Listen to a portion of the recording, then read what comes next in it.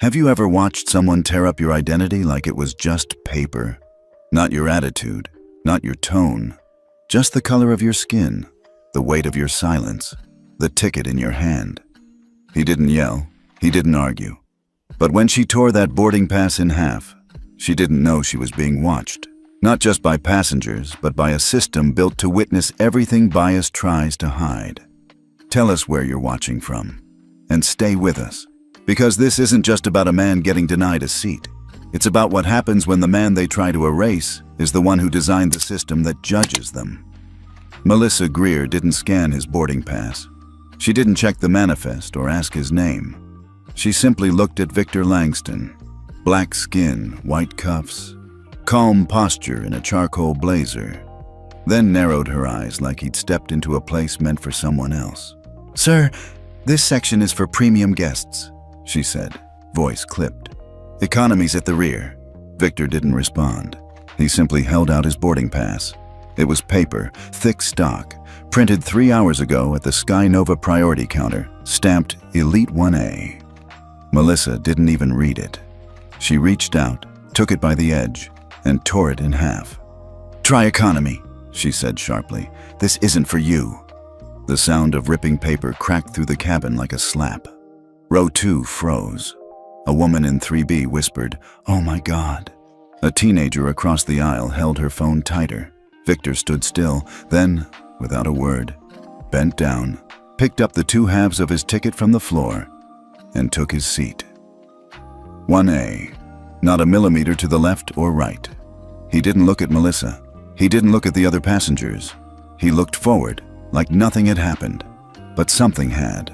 Not just the insult, not just the silence that followed, but what was now ticking, deep inside the system. 3 rows back, someone watched. A woman with short curls and navy heels. Quiet, business casual. She tapped her phone once, then gave a nod, almost invisible, toward Victor's seat. Her name was Janine Hill, Junior Systems Tech at Langston Equity. Her mission today? Monitor Sentinel Index, a behavioral AI system designed to detect bias in real time aboard commercial aircraft. She hadn't expected her own boss to become the first case study. Melissa stood beside 1A like a gatekeeper. She tapped the recline button on Victor's seat. No response. Reached again. Nothing. Then smiled at the cabin. "Looks like seat 1A's having technical issues," she announced. "We'll get that checked after takeoff. For now, let's keep it locked. Safety first." Victor didn't move, but his right thumb pressed lightly against a matte black device resting on his thigh. One blue light blinked once, then locked solid. What just happened? Boarding pass torn by crew recline override initiated verbal tag triggered. "This isn't for you." Cabin behavior scan activated Sentinel Index. Escalation level 1. Time to evaluation, 09:56. Melissa wasn't finished. She leaned toward Kyle Benton, onboard operations lead. "He's not in the manifest," she whispered. "No 1A under that name." Kyle didn't check. He just glanced at Victor, then back at Melissa. "You want me to call security?" "Not yet," she said. "Let him sit for a minute. It won't last." Kyle said nothing, but what he didn't say mattered.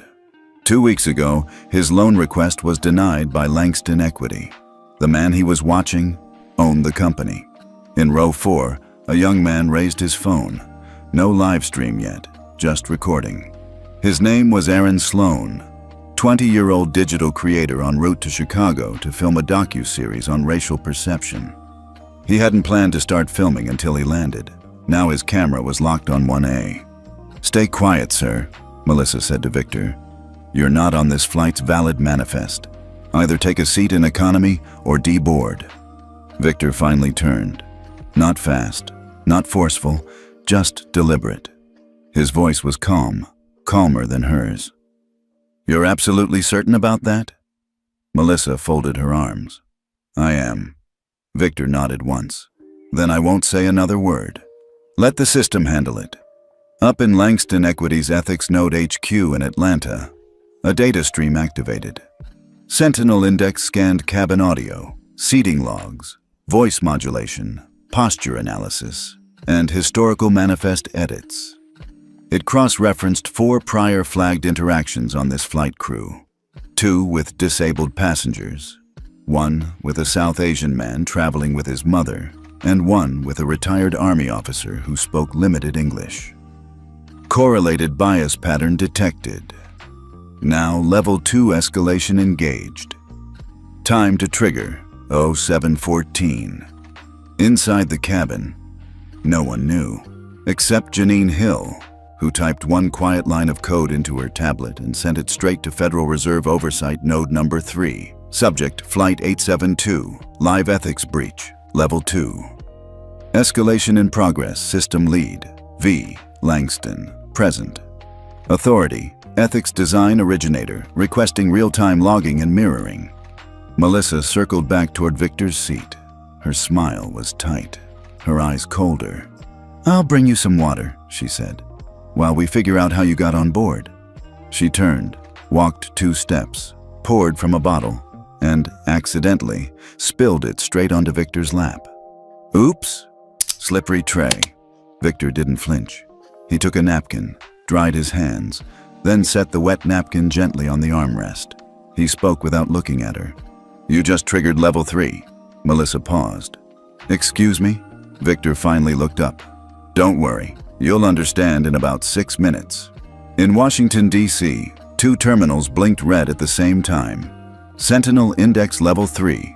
Candidate for Tier 5, Investigation, Flight Sky Nova 872, Subject, Unprovoked Hostile Targeting, Authorized, Federal Ethics Corps. Next to the blinking text was a name. Victor Langston. System Architect Melissa Greer returned to the front of the cabin, water bottle in hand. Her face pulled into the kind of tight-lipped smile that said she was done playing nice. The fake kind. The one flight attendants use when they're about to ruin your day but still need to stay on script. Victor Langston didn't move. His slacks were damp, his patience bone dry. "Here," Melissa said sweetly, handing him another napkin. "Accidents happen." Victor looked at the napkin like it was evidence, not aid. He didn't reach for it. Instead, he glanced, just once, at the overhead camera lens tucked above the seat light panel. It blinked. Not a light, not a signal, just a reflection, barely there. But for him, it was enough. Sentinel Index, Escalation Level 3. Confirmed countdown to intervention, 0603. In row 4, Janine Hill's hands danced quietly over her tablet. She wasn't typing like someone filing a complaint. She was syncing real-time audio to the Federal Oversight Ethics Mirror. The video was already streaming. Melissa's voice, the torn ticket, the tri-economy, the spilled water. All of it was now part of a live report heading to regulators, 4 oversight committees, and, because of the Level 3 tag, directly to the office of the Comptroller of the Currency. Back in seat 1A, Victor shifted, just slightly. His posture straightened, spine tall. His left hand pressed the matte black device against his leg again. A soft click, then a humming vibration no one could hear. Melissa turned around, still playing gracious. "Are you ready to move to the back now?" she asked. "We really do need that seat for a confirmed passenger." Victor's response was calm, so calm it sounded almost detached. "If you think this seat isn't mine," he said, "I suggest you pull the manifest." Melissa bristled. "We already did." "No," Victor replied, eyes locking with hers. "You pulled a manipulated version." Her face flickered for a beat. Just a beat. She turned away. In the back galley, Kyle Benton was refreshing the manifest on his own tablet. Still no entry for 1A under Langston. But something else appeared instead. Error 428A. Unauthorized credential modification. Then another. Security lock. Sentinel sync detected. Kyle tapped again. Nothing. His device froze. Then shut down completely. Up in Atlanta, at the Langston Equity Command Node, Two analysts stood watching Victor's live footage. "He's not even talking back," one of them said. "And yet, it's all crumbling around them." "That's what happens," Janine's supervisor said. "When people think silence means weakness, they forget who built the system they're inside." 502. In row 3, Aaron Sloan, the young filmmaker, started whispering to his camera. "You guys aren't going to believe what's happening. This man, he's been calm the whole time. He never raised his voice, never shouted. But I swear to God, he just made 2 crew members look like they're about to lose their jobs." He zoomed in on Victor, who hadn't moved, then panned over to Melissa, now clearly flustered. Just then, the intercom crackled. A new voice. Male. Older. Tight with authority. "Ladies and gentlemen, this is Captain Rowan. We've received word from our operations desk to hold the aircraft at the gate pending a quick review. Shouldn't be long. We appreciate your patience." Victor closed his eyes. The system had spoken. 0351. Melissa walked fast to the galley, whispering to Kyle. "What's happening?" "I don't know," Kyle hissed, tapping his now dead screen. "System crash. We've lost manifest access." "Then get paper backup." "That's the thing," Kyle said, voice low. "It's not our system that crashed. It's his." Melissa blinked.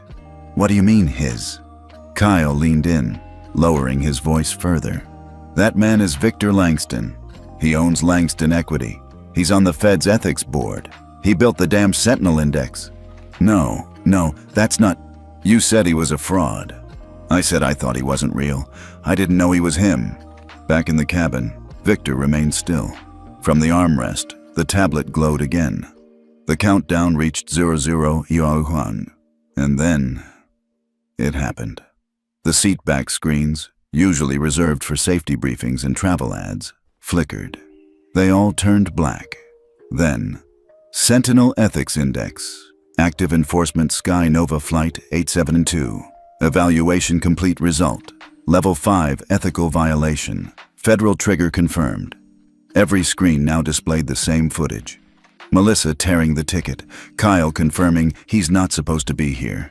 Melissa's whisper, "Try. Economy." The spilled water, the napkin. Then, white text. Authority override. V. Langston, System Architect. Action. Credit freeze initiated. 3.2b. Blocked flight activity. 73 suspended pending ethics review. Silence fell like pressure. Not embarrassment, not discomfort. Authority. Passengers stared. One man pulled off his headphones. Another woman crossed herself. Melissa backed into the galley wall, her hands shaking. "What? What is this?" Kyle was pale. "This is real." In row 2, an older white man leaned toward Victor. "Sir," he said, voice cautious. "You're the guy who built the system?" Victor turned, looked at him, nodded once. "Yes." "Then why didn't you say something?" Victor leaned back, hands folded again. "Because when justice works, it doesn't need to shout." Just then, the intercom crackled again, but it wasn't the captain. It was Federal Reserve Director Carla Nguyen, speaking live. "To all passengers aboard Sky Nova Flight 872, this is Director Nguyen with the Office of Ethics Oversight. We confirm that actions taken aboard this flight violated federal standards for equitable service. As of now, this flight is grounded. An internal review is underway. Additional agents will be meeting this aircraft upon disembarkation." Melissa dropped the water bottle. It rolled into the aisle, unnoticed. Victor stood, not to shout, not to gloat. He reached for his briefcase, clipped it shut, then turned to Melissa. "You were right about one thing," he said. "This seat wasn't just for me." He gestured to the screen, still showing her face. "It was for the system that would finally hold people like you accountable." He didn't say another word. He didn't have to. For a few seconds after the final screen flashed, no one moved. The cabin was frozen, Not by turbulence, not by fear, but by the sudden clarity of truth. Every seatback monitor now displayed a line of bold white text. Level 5 ethical violation confirmed. 3.2b credit freeze. Executed system architect Victor Langston. A woman in 3D whispered it out loud as if reading a prophecy. He built the system. A businessman in 1C rubbed his temple like the headache he'd tried to ignore had just arrived with a federal badge. A teenage girl in 5A reached for her phone with shaking hands. She didn't start recording. She started crying. Because no one expected this. Not the passengers, not the flight crew, and certainly not Melissa Greer, who now stood frozen near the galley cart, her mouth half open but no sound coming out. Victor didn't move. He remained standing, facing forward, as if letting the moment settle. He wasn't just occupying a seat now. He was occupying the air itself, every molecule heavy with justice. Passengers weren't just staring at him. They were processing him. Processing the way he hadn't yelled, hadn't cursed, hadn't even raised a brow when they tried to erase him. Instead, he let the system he built speak for him, and it did. Loud, unforgiving, documented. Across the aisle, a middle-aged woman stood slowly. "Excuse me," she said, voice cracking. I think we all owe that man an apology." Someone in 2E began clapping. Not a cheer, not a celebration, but the slow, deliberate clap of someone witnessing something historical. Others joined in, not everyone, but enough for the sound to roll softly through the cabin. Melissa flinched at the sound. Kyle Benton looked like he wanted to sink through the floor. The seatback screens changed again. Now a side-by-side split appeared. Left, live camera feed of the first-class cabin. Right, a scrolling timeline of documented violations from Skynova Airlines, each one tagged with dates, flight numbers, and incident summaries logged by Sentinel Index over the past 18 months. Flight 441, passenger profiled during reseating. Flight 992, minor passenger denied pre-board access due to skin tone. Flight 1303, disabled veteran reclassified without consent. And then 3 names appeared in bold red text. Melissa Greer, Kyle Benton, Skynova Corporate Risk Division. Someone 2 rows back muttered, "It wasn't just this flight." In the cockpit, the captain looked down at the printed report just handed to him from ground control. The header read, "Federal Ethics Intervention, Priority Override." Below it, Flight 872 grounded indefinitely, no departure authorization, cabin under active evaluation. He looked up at the co-pilot and said quietly, "This isn't an incident. This is a reckoning." Down the aisle, Aaron Sloan, the young documentarian, was now live streaming from his seat. "Y'all, I don't even know what to say right now. This isn't just a delay. This isn't about one man and one seat. This is the entire airline being evaluated in real time by a system the airline didn't even know was watching." His phone trembled slightly in his grip. He didn't speak, but the evidence screamed. At the rear of the plane, Janine Hill checked her screen again.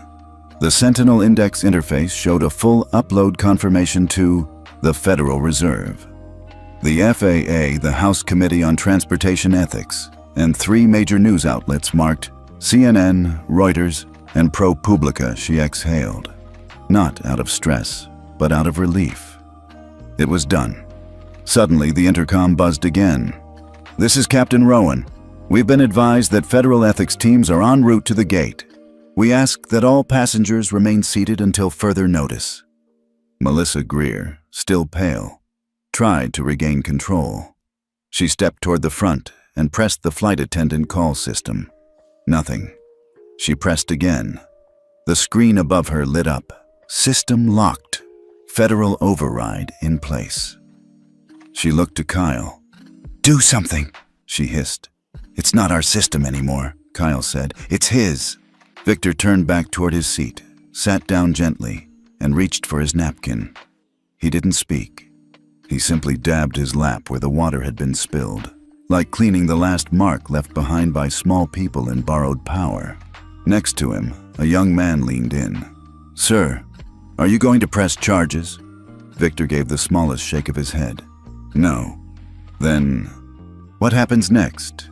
Victor folded the napkin in half. "They learn." Melissa made one final attempt. She grabbed the cabin PA system. "Ladies and gentlemen, we apologize for the confusion. We are working to resolve this minor misunderstanding as quickly as—" Her voice was cut off mid-sentence. A new voice came through, automated, but chillingly clear. "This is a Sentinel enforcement notice. Passenger conduct has triggered a Level 5 breach of service ethics. Flight 872 will remain grounded until protocol completion. Unauthorized announcements are not permitted."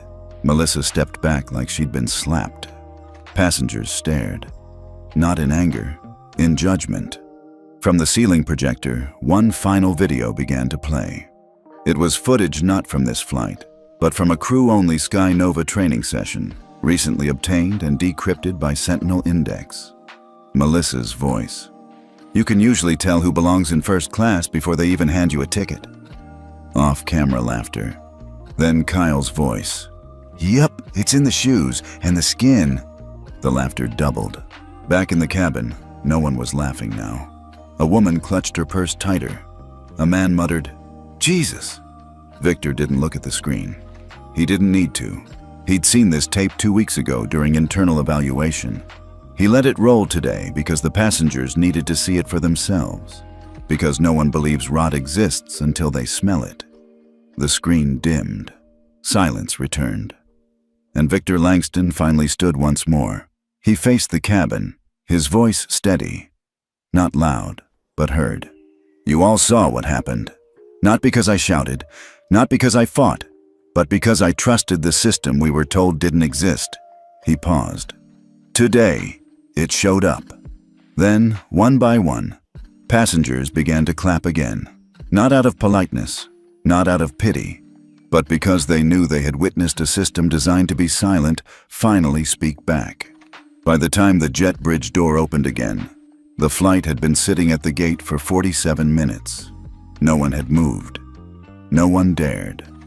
The silence wasn't heavy. It was loaded. Charged. Like the cabin itself had become a sealed courtroom and the final verdict hadn't been spoken yet. Then, the moment snapped. 4 federal agents in blue blazers boarded quietly. Not TSA, not airport security, Ethics Enforcement Division, Federal Oversight, and Aviation Standards. They moved with a calm kind of authority. Not a search, not a raid, but collection. One walked directly to Melissa Greer and said, "Come with me, ma'am." Another approached Kyle Benton, who was visibly sweating through his collar. "You'll need to surrender your badge and device, sir." Kyle stammered, but complied. Passengers didn't cheer. They didn't whisper. They watched, like citizens watching the fall of a regime. Victor Langston didn't move. He remained seated, fingers laced, watching everything unfold like a man who'd been here before. Not on this plane, not in this uniformed moment, but in rooms where systems were designed to collapse and correct. One of the agents turned to him. "Mr. Langston," she said with quiet deference, "would you prefer a private exit?" Victor's answer was calm. "No, I'd prefer to walk with the people." She nodded. Nothing more. As Victor stepped into the aisle, the cabin parted. Not physically, but emotionally. Passengers leaned back. Some reached out, not to shake his hand, but to acknowledge. A man in business class whispered, "Thank you." A teenage girl mouthed the words, "I saw everything." A flight attendant from coach, one who hadn't been involved, gave him a discreet nod. She had tears in her eyes. Victor nodded back, just once, and walked off the plane. The jet bridge was lined with press already. How? Because of the live stream. Aaron Sloan's feed had gone viral during the delay, racking up 7.2 million views in 44 minutes. Sky Nova scandal was now trending across 5 countries.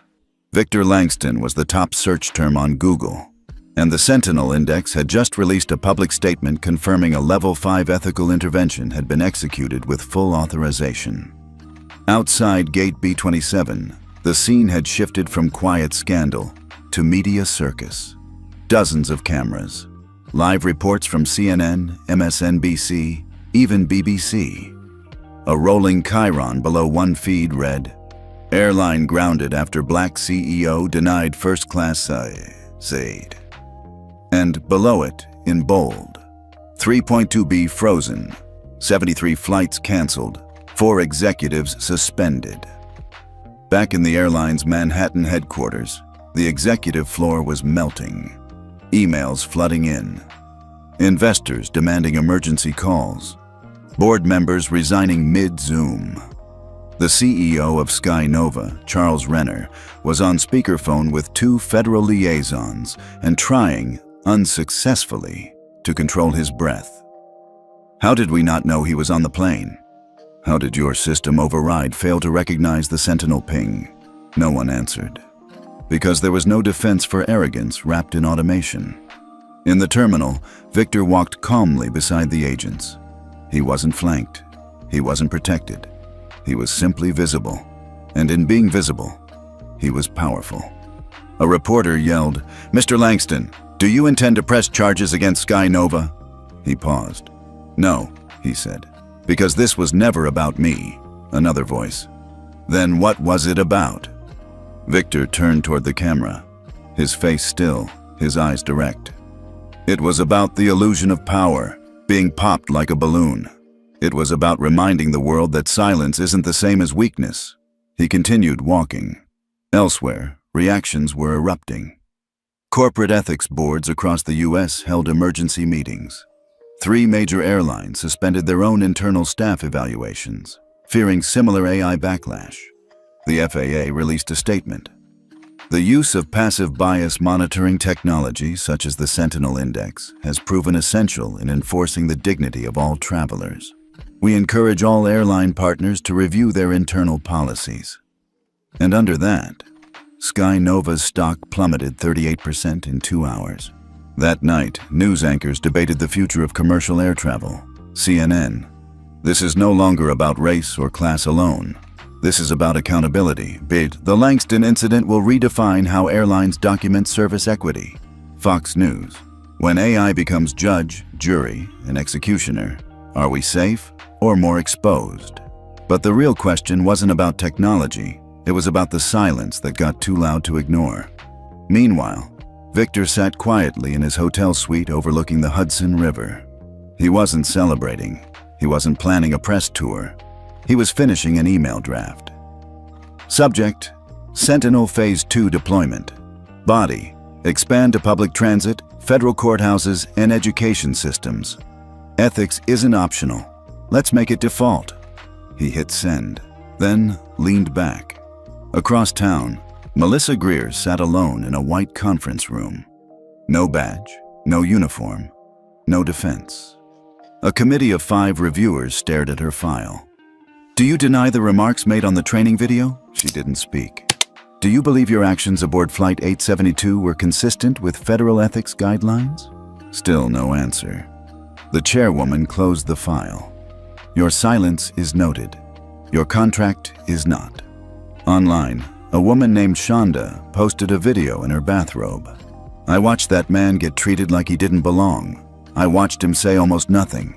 And then I watched him take down a whole system just by showing up with proof. That's the kind of justice I want to teach my kids." Her video got 1.1 million views in 6 hours. And at a small cafe in D.C., a young senator rewatched the live stream for the 4th time. He leaned to his aide and said, "Call Victor Langston. I want him leading the Ethics Advisory Board for next year's aviation reform." Somewhere, someone spilled water on a napkin again. But this time, the crew paused, checked the logs, and made sure the passenger's name matched the manifest exactly before they said another word. Because after Flight 872, the system wasn't silent anymore. 3 days after Flight 872 made headlines around the world, Victor Langston walked into a closed-door boardroom on the 47th floor of a downtown Chicago skyscraper. He wasn't wearing a suit, just a black turtleneck, dark jeans, and a leather jacket. No logo, no entourage, no press, just purpose. And seated around the long walnut table were 11 people who ran 3 of the top 5 domestic airlines in North America. One leaned back with a sharp voice. "Victor, I assume you called this meeting to negotiate a settlement?" Victor didn't sit down. "No," he said calmly. "I called it to offer you a choice." Across the room, a Skynova board member squinted.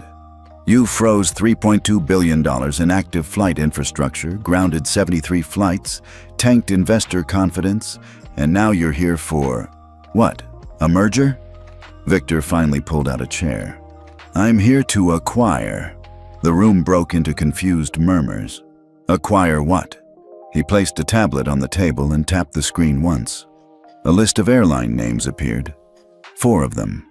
Then, one by one, the logos dimmed, replaced with the words, "Provisional Ownership Transfer Initiated, Veritas Holdings." Another tap. A financial graph dropped into view. Debt positions, ethics violation penalties, federal fines pending. And under that, buyout proposal, 72% equity conversion via ethics-backed asset swap. Victor looked around. "You thought I came here for an apology. I came here for the keys." Meanwhile, back at Skynova headquarters in New York, the panic was now a slow burn. The legal team had already confirmed it. Veritas Holdings, Victor's silent umbrella firm, had spent the last 18 months acquiring minority shares, consolidating them under shell investors, and stacking voting power. The ethics freeze was just the first trigger. The real move?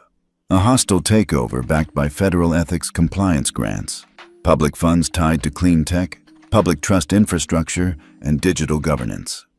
In short, Victor had turned public shame into corporate leverage. The media hadn't caught on yet. They were still reporting the ethics fallout. But behind closed doors, real power was changing hands. And the ones who used to own the skies were now desperately trying to read the fine print on their own contracts. Back in the boardroom, someone stood up. "You're trying to control an industry, you embarrassed." Victor didn't flinch. "No, I'm trying to rebuild an industry I trusted until it embarrassed itself." He tapped again. A new slide appeared. "Introducing Langston Airframe Initiative."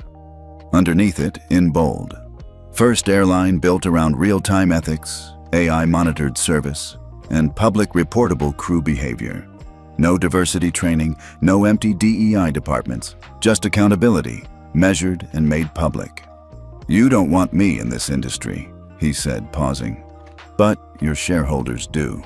Across the country, ordinary Americans were watching quietly, in barbershops, in classrooms, in Sunday church brunch groups. They weren't debating ethics laws. They were replaying that video from Flight 872 where a man didn't shout, didn't cuss, didn't threaten, but made the whole system blink. They didn't call him a CEO. They called him that brother who shut it all down without saying a word. Back in Chicago, one of the board members leaned forward. "You could have sued us into oblivion. Why not just let us rot?" Victor gave a faint smile. "Because collapse doesn't fix systems. It just creates space for new ones. I'm not here to destroy what you built. I'm here to upgrade it. And if you refuse, I'll outfly you. Quietly, ethically, publicly." The silence that followed wasn't tense. It was realization. Later that evening, a press release quietly dropped. Veritas Holdings to absorb controlling interest in Skynova Airlines and 2 affiliated carriers. Effective immediately, operational oversight will transition under the Langston Airframe Compliance Act, an internal code developed by Victor Langston and vetted by 3 federal oversight boards. All flight crew behavior will now be monitored under Sentinel Index V2.0. Reports will be publicly visible after each flight. At CNN HQ, a producer glanced at the screen and muttered, "He didn't just cancel a flight. He rewrote the future of flying." Somewhere in Atlanta, a high school teacher rewrote her civics lesson plan to include the Langston incident as a case study in ethical accountability and systems reform. In San Francisco, an Uber driver who once worked baggage claim said out loud, "That man didn't take the fight to them. He made them hand him the building." And Victor? He didn't go on a victory tour. He sat in his quiet downtown loft in Chicago that night and watched the weather radar, not the news. He didn't care about headlines. He cared that the next black teenager who sat in first class wouldn't have to prove he belonged there, because the system would already know. Because now, he built it. It was a clear, crisp morning at LAX. Gate C18 gleamed with fresh signage, Veritas Air in bold, matte chrome. Subtle, confident, clean. Boarding had just started for Flight 001, Los Angeles to Chicago. The first official route operated under the new regime. The crowd wasn't massive, but it was historic. Journalists tried to be discreet. Travelers pretended not to stare, but they all knew what this flight was. It wasn't just the launch of a new airline. It was a symbol, a reset button for an industry that had forgotten its conscience. And at 8:21 a.m., Victor Langston stepped into the terminal. No security detail, no fanfare, just a dark tailored coat, black loafers, and the quiet presence of a man who'd once been told, "You don't belong in first class." Now, he owned the cabin. The gate agent stood as soon as she saw him. A younger black woman, maybe 30s, hair in braids, voice steady but wide-eyed. "Good morning, Mr. Langston. Welcome aboard." Victor nodded politely. "Good morning. You're doing great." She blushed, smiled, then whispered, "You don't know what this means for people like me." Victor leaned in gently. "Yes, I do." On board, the cabin smelled like lavender and cedar. Not artificial, intentional. Each seat came with a placard. "This aircraft is monitored under the Sentinel Index for your safety and dignity. Our crew is here to serve. Our system is here to ensure that's true." Flight attendants wore navy with gold trim. Nothing flashy, but sharp, professional, grounded. Not a single crew member looked anxious, because every one of them had passed the Langston Flight Ethics course, now mandatory across Veritas Air. As Victor settled into 1A, passengers boarded slowly behind him. No one bumped him. No one questioned him. No one stared too long. Instead, people smiled. A father with his daughter gave him a thumbs up. An older Latina woman touched her chest and nodded as she passed. A white businessman glanced at him, paused, and said, "They got it right this time." Victor smiled softly. "We'll see." Mid-boarding, a familiar voice echoed across the jet bridge. "Final call for Flight 001 to Chicago." The last passenger approached. It was Aaron Sloan, the same journalist who live-streamed Flight 872. He wasn't there to make noise today. No camera, just a carry-on and a quiet look of acknowledgement.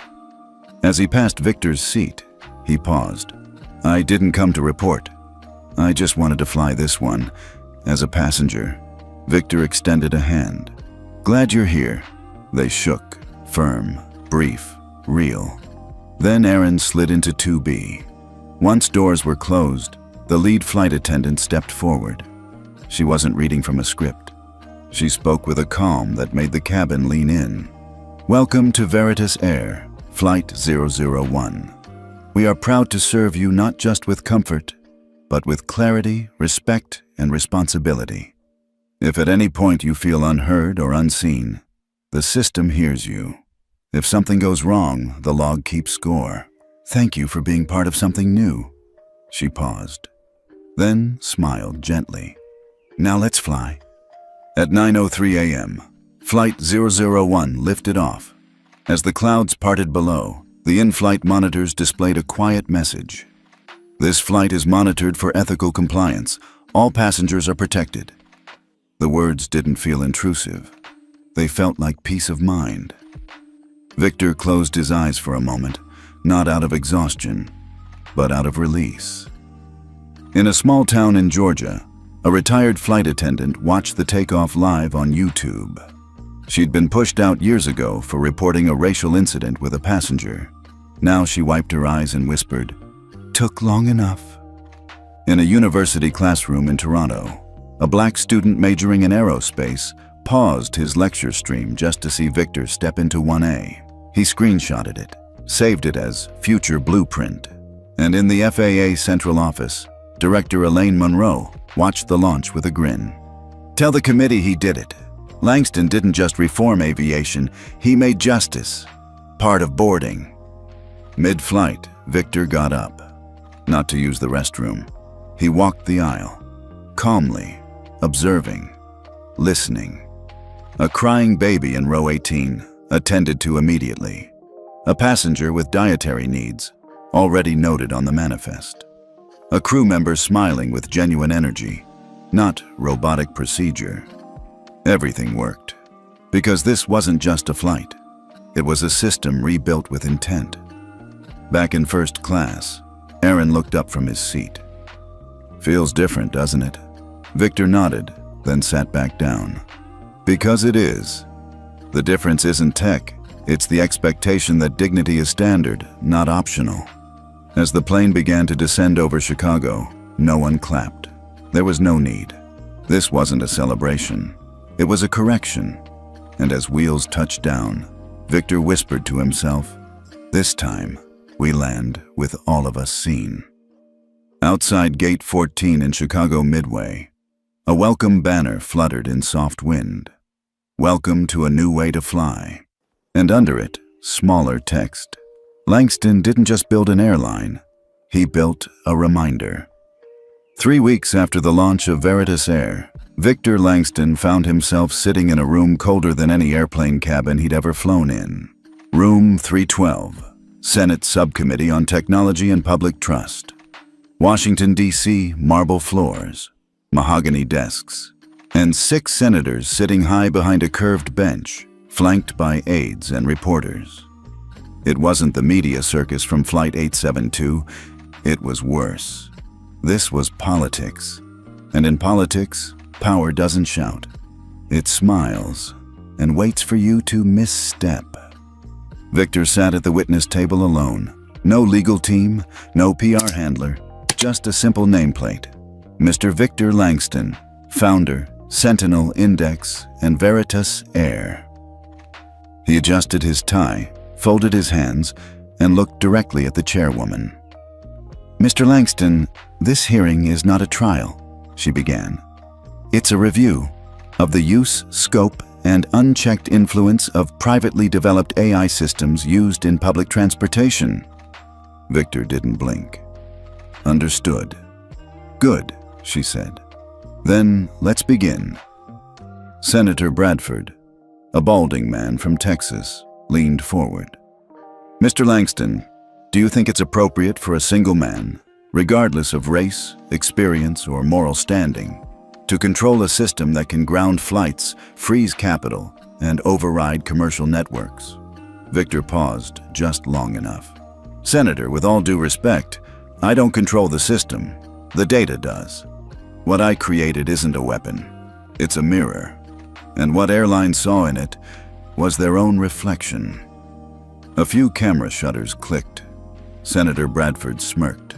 A poetic answer, but not a legal one. Next came Senator Lynn from Oregon. "Mr. Langston, there's concern about surveillance. Your Sentinel Index records crew behavior, passenger interactions, ethical violations, real time. Is that not a form of corporate overreach?" Victor leaned in slightly. "The index doesn't record people. It records patterns. It doesn't know your name. It knows how often someone is ignored, dismissed, or humiliated before a complaint is filed." He paused. "If you fear the mirror, Senator, maybe it's because of what it shows." A small ripple moved through the back of the room. The next senator, Connolly, young and media savvy, adjusted his mic. "Let's be honest, Mr. Langston. You became a hero to some, a threat to others. But this isn't about what happened on Flight 872. This is about what happens next. What prevents you from freezing the wrong airline? Or punishing a crew based on biased data?" Victor finally smiled. "The same thing that prevents a pilot from crashing a plane, Senator. Design. Sentinel's thresholds are built with redundancy. Each event must pass 3 filters before action. He held up a slim folder. And unlike old systems, ours logs every decision and opens it for review. You don't trust the system? Audit it. The code's available. That line landed hard. Reporters scribbled. One aide nudged another and whispered, "Open source? He's publishing it?" The chairwoman raised her hand gently. "Mr. Langston, I've reviewed the index personally, and while I agree it's not invasive, it is disruptive. You froze $3.2 billion in infrastructure without a single court order." Victor's voice lowered, because no court had ever acknowledged bias as economic violence, until I built a system that forced their hand. I didn't act outside the law, I acted in a gap the law ignored. Silence. Across the aisle, an older black woman, Senator Davis of Georgia, leaned in. She hadn't spoken yet, but when she did, her voice cut through the tension like silk through glass. "Mr. Langston, 3 years ago, my godson was removed from a plane for fitting a description. No apology, no refund, no accountability. If your system had been in place back then, what would have happened?" Victor met her eyes. No rhetoric, no strategy. He'd still be on that plane. The room froze, not because of shock, but because everyone knew that was the entire point. The hearing broke for recess. Victor walked into the hallway, cameras flashing, reporters shouting. "Victor, are you planning to expand Sentinel into trains? Will Veritas Air acquire another airline next quarter? Are you afraid of government pushback?" He didn't answer. Not yet. Instead, he took the elevator down to the parking garage where a black SUV waited.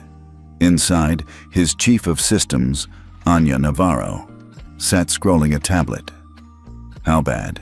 he asked. "Senate split," she replied. "But the public's with you.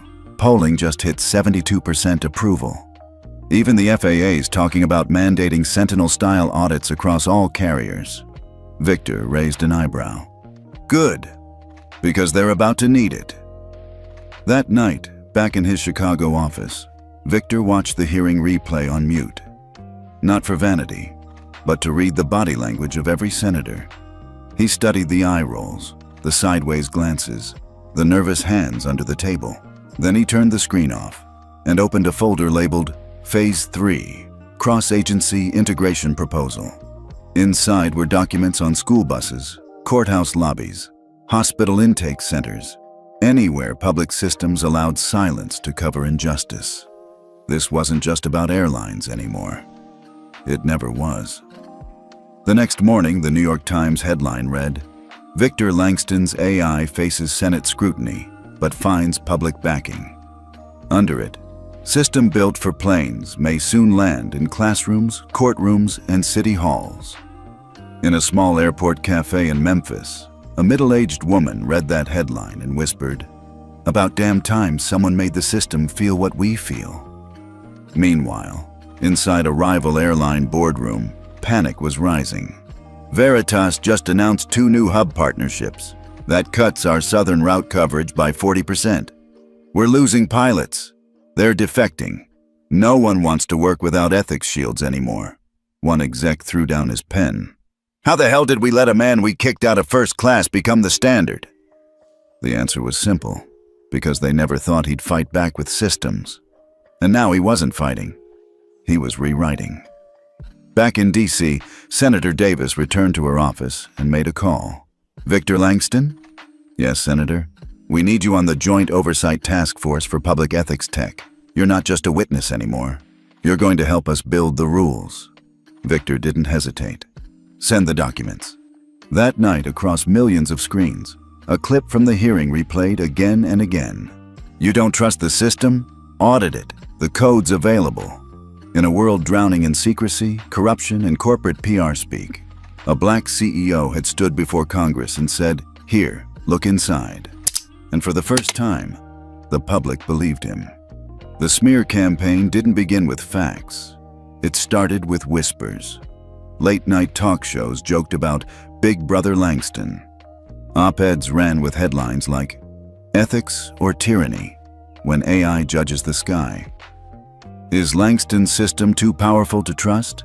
Then came the viral video, a 27-second clip of a flight attendant crying, saying she'd been fired by an algorithm after a misunderstanding on a Veritas flight. No context, no full footage, just enough to go viral. By morning, Victor's inbox was on fire. His legal team, his communications director, even his own brother. "Vic, they're painting you as the villain." Victor didn't flinch. "Let them. Let's open the door wider."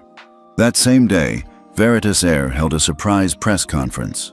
But instead of a damage control speech, Victor did something no CEO had done before. He stepped to the podium and said, "As of today, we are releasing the full operational code and ethics framework of the Sentinel Index to the public." Gasps. All algorithms, all weightings, all logic trees.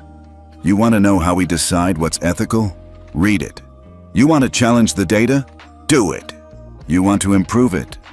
Collaborate. This isn't a product, it's a promise. And we'd rather be transparent and vulnerable than profitable and silent. It hit like a thunderclap. Overnight, GitHub exploded with downloads of the Sentinel source files. Data scientists, civil rights groups, even university ethics boards began reviewing it live. What they found? Not surveillance, not authoritarian controls, but a system built with safeguards, context windows, and appeal pathways. It didn't fire people. It flagged behaviors that triggered a peer-reviewed panel of human evaluators, including retired judges, former flight crew, and ethicists of color. One ethics professor tweeted, "Langston's system doesn't replace human judgment. It forces humans to justify it." But the smear machine didn't stop. Cable anchors rolled out former employees who felt watched. Think tanks wrote policy briefs warning of overcorrection inequity.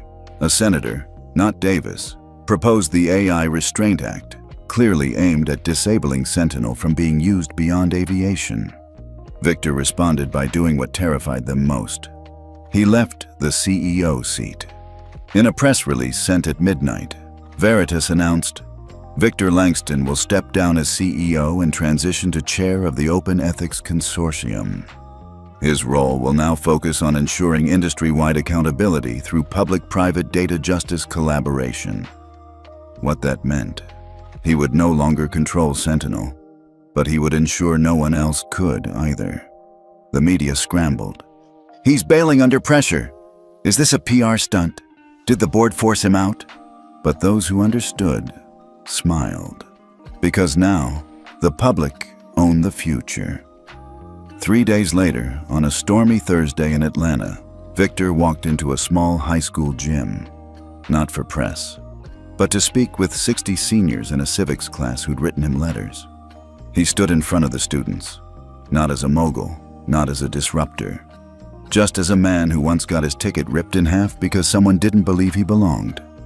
He asked one question: "What's the difference between justice and control?" Hands shot up. "Intent, consent, transparency." He nodded. Then a student in the back, a girl in a faded denim jacket, raised her voice. "When they say you're dangerous, does it ever make you feel small again?" Victor looked at her, paused, then said, "Only when I believe them. And I've learned they speak loudest when their power's not rooted in truth." The room was silent, not because they didn't understand, but because they did. Meanwhile, in Brussels, Canada, and Nairobi, governments began exploring Sentinel-style accountability in hospitals, schools, even public housing. A tech blog wrote, "The Langston method isn't about planes, it's about patterns." It asks, who do we believe and why? Back at Veritas headquarters, Victor cleared out his office. He left behind no personal portrait, no plaques, just a note on the desk. If you have to remind people you're in charge, you're not. VL. In a final interview before his full transition, a journalist asked, "Do you regret starting with airlines? It's such a brutal, messy industry." Victor chuckled. "That's exactly why I started there. Because how a person is treated at 30,000 feet, when they're most vulnerable, is how systems reveal themselves. I didn't build Sentinel to punish bad actors. I built it to stop good systems from silently turning bad, and to give ordinary people the log file. As the camera faded to black, viewers across America paused. Not because of the man, but because of the idea. A system that doesn't shout back. It just logs the truth. And sometimes, that's all people need to feel seen. It was supposed to be a quiet Friday. Victor Langston had planned to spend the day reviewing white papers for an ethics pilot in public school grading systems. He'd even made tea, black Assam, no sugar. But at 9:17 a.m., his phone buzzed. A name appeared on the screen he hadn't seen in years. R. Thomas, FRA Command, the Federal Railway Administration. Victor stared at the name for a second. Then he answered. Langston. Victor, I know you stepped back, but we've got a situation. Go on. 10 minutes later, he was watching shaky cell phone footage from Chicago's Union Station. A woman in a wheelchair had been forcibly removed from a business-class rail car by two conductors. The reason? She had a valid, accessible pass, but her skin was black, her coat was frayed, and she didn't look like she belonged. Passengers had filmed everything. The woman didn't scream. She just repeated, "My pass is valid. You can scan it again." She was ignored, pushed off, left crying beside the tracks. The footage had gone viral. But that wasn't the crisis. The crisis was what happened next. 3 FRA workers had come forward saying this wasn't isolated. The pattern stretched across multiple cities: Cleveland, St. Louis, Philadelphia. And now, the FRA needed a system, one they didn't trust themselves to design. Victor didn't hesitate. "I'm not taking control again," he said flatly. "We don't want control," Thomas replied. "We want clarity. We want to know what our own systems won't admit." Victor leaned back. "Then you'll need someone who's lived on both sides of it." "Who?" Thomas asked. "Her name's Melissa Greer." Yes, that Melissa. The flight attendant from Flight 872. The one who tore his ticket, who lost her job, who, in the years since, had quietly rebuilt her life, attended ethics training, worked in disability support at a local hospital, and most importantly, never stopped reaching out. She had written to Victor 3 times. He never responded. Not until now. 2 days later, in a sunlit cafe in Baltimore, Melissa looked up as Victor approached. She stood, unsure if she should shake his hand. He offered it first. "Melissa, Mr. Langston." "Victor." They sat. Melissa spoke first. "I didn't expect this." "Neither did I," he admitted. "But I'm not here for an apology. I'm here to ask if you'd help build something better." She blinked. "You want me to help design a system?" Victor nodded. "You've seen the worst of it from both sides. You acted out of bias, but then you chose to confront it. That's what most people never do." Melissa swallowed hard. "I thought I'd be the last person you'd ever call." "You were, until now." 3 weeks later, inside a repurposed rail terminal in Philadelphia, the FRA hosted the first public transit ethics design workshop. Melissa stood at the front. Behind her, a live Sentinel prototype interface, modified for trains and stations. She introduced a new tool, Pause Point, a trigger mechanism that would flag any forced ejection or denied boarding of a passenger with mobility needs, language barriers, or systemic risk indicators. The system wouldn't block action, but it would log the moment, the justification, and trigger peer review within 12 hours.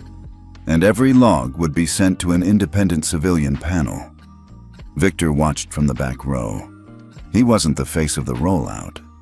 Melissa was. And when a reporter asked, "What qualifies you for this?" she didn't flinch.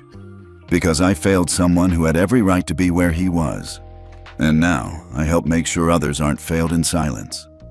The pilot began in 3 cities.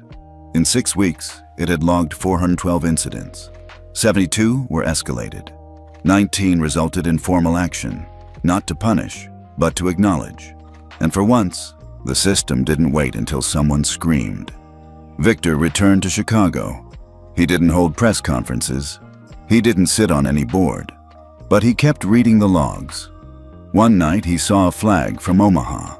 A conductor had stopped a colleague from removing a passenger in a worn jacket who didn't speak English. The system had paused the action for review, and in that pause, humanity happened. No removal, no conflict, just a moment of clarity. Victor smiled. That's the update. The next day, he received a handwritten note. Thank you for believing I could become more than my worst moment, MG. He folded the letter carefully, placed it in a drawer, then closed his laptop. He'd done what few systems ever managed. He made the system learn. He made people change, and he did it without shouting. Tell us where you're watching from, and have you ever seen a system finally do the right thing before someone had to beg for it? It was a quiet September morning in Washington, D.C. The kind of crisp fall day that made the city feel more like a museum than a machine. Inside the Library of Congress, the Great Hall buzzed quietly, not with tourists, but with thinkers. Leaders from every sector, transportation, tech, law, education, had gathered for the first ever Human Systems Symposium. The theme, Dignity as Data. And the keynote? Wasn't a politician, wasn't a billionaire, wasn't a brand. It was a name few expected to hear again. Victor Langston. He walked in slowly, with no entourage, no teleprompter, no prepared slides, just a single image projected behind him. A first-class airplane seat. Seat 1A. Empty, no label, no airline. Just the absence of a body. Victor stood at the podium. He paused. Let the silence sit long enough for people to lean forward. Then, finally, that's the seat I was denied. And I'm glad I didn't sit in it that day. A murmur of confusion rippled through the crowd. Victor continued, because if I had, I might have stayed quiet. I might have believed the seat was the reward. But that seat wasn't the prize, the system that denied it. That was the lesson. He stepped aside, letting the image linger behind him. What you see isn't a chair. It's a checkpoint. It asks who belongs, who decides, and what happens when the answer isn't just wrong. It's systemic. Victor didn't use stats or charts. He told stories. He spoke of Elias Carter, the homeless veteran who stood in court and made the room rise. Of Maya Daniels, the linguist who turned bias into blacklists. Of Melissa Greer, who went from bias to bravery and became a voice for accessible transit reform. He paused at each name. Let the stories breathe. These weren't heroes because they fought loud. They were heroes because they refused to let silence become policy. He turned to the image again. When I first built Sentinel, I thought I was building a watchdog. But the longer I watched the logs, I realized something. We weren't building tech to watch people. We were building mirrors to make the system look at itself. Because systems don't change when you yell at them. They change when you show them what they've become. A hand went up from the audience. Unplanned. Victor paused. A middle-aged white man in a transit uniform stood and asked, "What do we do when the system pushes back?" Victor smiled, nodded. "Then you keep a record. You make the data undeniable. And you make it public." He paused. Because when people see themselves being ignored, again and again, they stop believing in fairness. But when people see the logs, the trends, the truths, they start asking better questions. And better questions lead to better systems. He ended his talk without applause. Just a simple closing line. There are still 1,000 seats left empty, and they're waiting for us to fill them, with accountability, not assumption. He stepped off stage to silence. The kind of silence that didn't feel cold. It felt reverent. Later that night, someone posted the photo of the empty seat from his keynote. The caption read, "He didn't reclaim the seat. He redefined it." The clip went viral, not in the usual way. No outrage, no flashy title. Just people quietly sharing it with comments like, This made me think about how I treat people I don't recognize. I've seen this happen to my dad. We need more of this energy in government, schools, everywhere. At the FRA, Melissa stood beside a new dashboard in the ethics control room. On the screen were 10,432 reports across all pilot systems, each marked resolved, pending, or escalated. Underneath, a live transparency feed that let any civilian see the status of every flagged case. A junior tech asked her, "So, do we wait for Victor to weigh in on this next one?" She smiled. Victor taught us how to ask, not to ask him. Meanwhile, across the world. In a small airport in Lisbon, a young gate agent printed out a memo from the Veritas Ethics Charter and taped it to her break room wall. In Nairobi, a school principal adapted the Sentinel logic tree to track teacher-student interactions for equity. In Sao Paulo, a municipal bus driver filed a formal refusal to remove a low-income student without a pass because the system flagged it for pause, and he agreed. Victor, he didn't return to headlines. He moved quietly between cities, offering counsel to emerging leaders. He never wrote a memoir, never accepted an award. He just kept showing up, whenever a system was ready to stop pretending and start listening. 1 year later, on the anniversary of the Veritas relaunch, a final message appeared on the company site. The future isn't tech, it's trust, VL. Below it, a footnote. Logs remain open. We still watch ourselves. And somewhere high above the clouds, on Flight 723 to Seattle, a child asked her mother, "Mom, why does that sign say, 'Dignity is logged here'?" Her mother smiled. "Because one time someone got denied a seat." And instead of getting angry, he built something better for everyone. 1 year after that infamous day on Flight 872, a new kind of ceremony was held in Atlanta.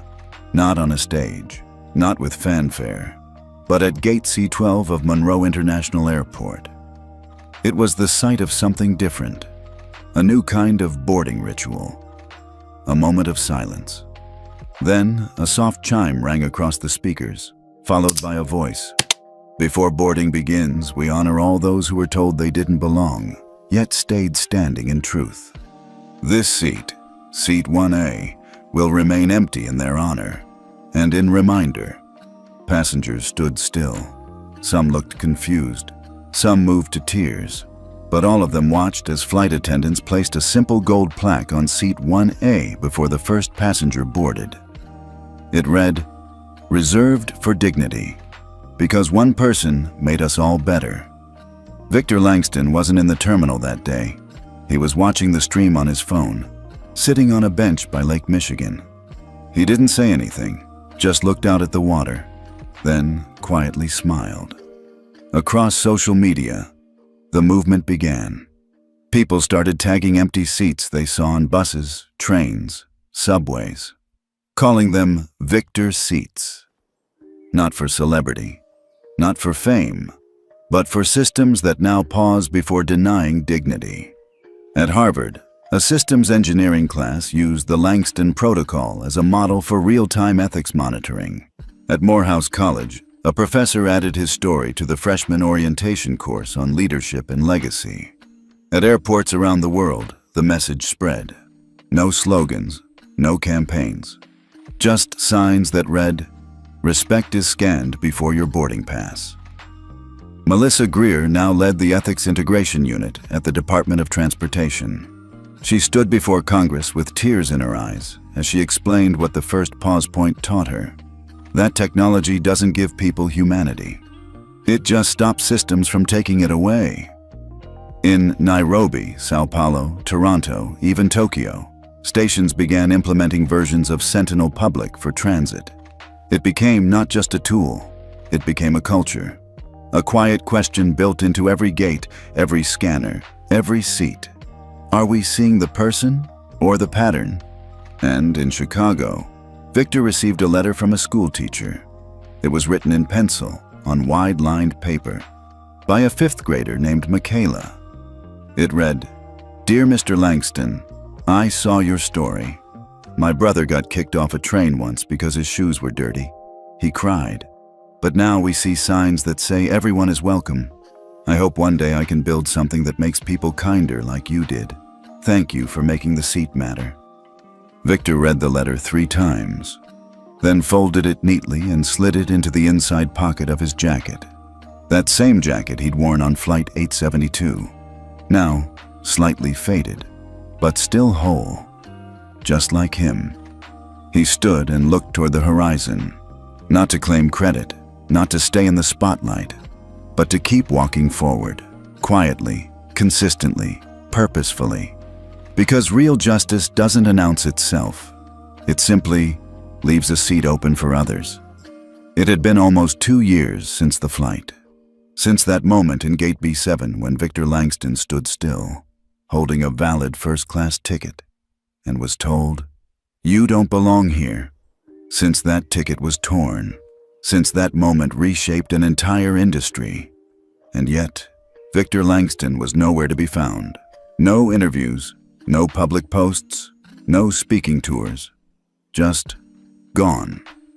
Rumors circled.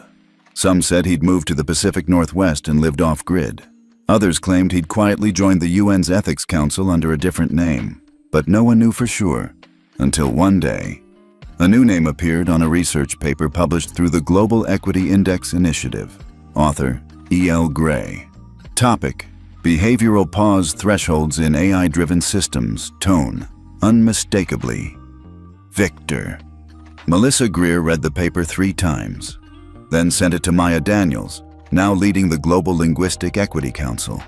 Maya forwarded it to Elias Carter, the now-housed veteran who ran a nonprofit teaching tech literacy to low-income vets. They all recognized the voice, the phrasing, the signature restraint. "It's him," Maya whispered on a Zoom call. "He's still out there, just not with his name. He's past the seat," Melissa added. "Now he's watching the system from outside it." That same month, at the International Ethics and Systems Forum in Brussels, a young black engineer took the stage. Her name was Jenna Okoye, 28 years old. She was presenting a framework called Clear Glass, a transparency overlay for algorithms used in public resource allocation, housing, healthcare, education. At the end of her talk, she paused, then said, "I built this after reading a paper by someone named E.L. Gray. But I don't care who he really is. All I know is, someone once refused to sit down. So I could stand here now." The room gave her a standing ovation, not because she claimed victory, but because she made space for continuation. Meanwhile, back in the U.S., at a quiet suburban library in Minneapolis, an older man returned a stack of overdue books. He apologized softly to the librarian, wore an old, worn jacket, black denim, no logos, just a folded slip of paper sticking from the breast pocket. The name on the library card? Eli Gray. He checked out 2 more books. Designing for the Invisible, Silence as Signal, Ethics in Automation. Then left. He didn't take a rideshare, didn't call anyone, just walked 3 blocks to a modest 1-bedroom apartment and began reading. That night his phone vibrated once. A single encrypted message appeared. "Clear Glass deployed in 41 cities. Pause point now mandatory in all U.S. transit systems. Sentinel logs requested by EU regulators. The seat is no longer empty. It's everywhere." Victor smiled, then deleted the message. The next morning, in a downtown school in Memphis, a 4th grader tapped on her teacher's desk. "Miss Taylor, why does the sign by the classroom door say, 'The system still sees you'?" The teacher knelt to her level. "Because a long time ago, someone got left out." And instead of shouting, he built a mirror. Across the globe, the impact grew quietly. In Bogota, buses delayed boarding by 5 seconds to allow the system to scan for accessible needs. In Seoul, an adapted Sentinel system flagged algorithmic bias in high school grading. In Oslo, parole boards used pause point-inspired tools to prevent racial skew in recidivism scoring. And in each system, in small, almost hidden type. One phrase repeated. This log exists because someone chose not to look away. One day, a tech journalist tracked down the original Sentinel server logs. They found the very first entry. Case ID 000. Entry notes. Passenger denied first-class boarding. Ticket verified valid. Staff flagged for behavior escalation. Automatic ethics trigger activated. A subnote. Never publi in Bogota. Buses delayed boarding by 5 seconds to allow the system to scan for accessible needs. Shed. No audio, no confrontation, just a pause and a decision to not let it go unseen. The journalist wept while reading it, then closed the tab. Back in Minneapolis, Victor Langston sat on his porch, sipping tea. He didn't watch the news anymore. He didn't track metrics. He trusted the system to watch itself now, because he'd built it not to remember his name, but to remember what happened. And so, for all the empty seats, for all the passengers told they weren't enough, for every child growing up wondering if they'll ever be truly seen, there is now a system that doesn't ask if they belong. It simply logs what others try to erase. Victor Langston never reclaimed seat 1A. He didn't need to. He made sure the seat could never be denied again. If this story moved you, tell us where you're watching from. And if you've ever chosen silence not as weakness, but as a seed for something greater.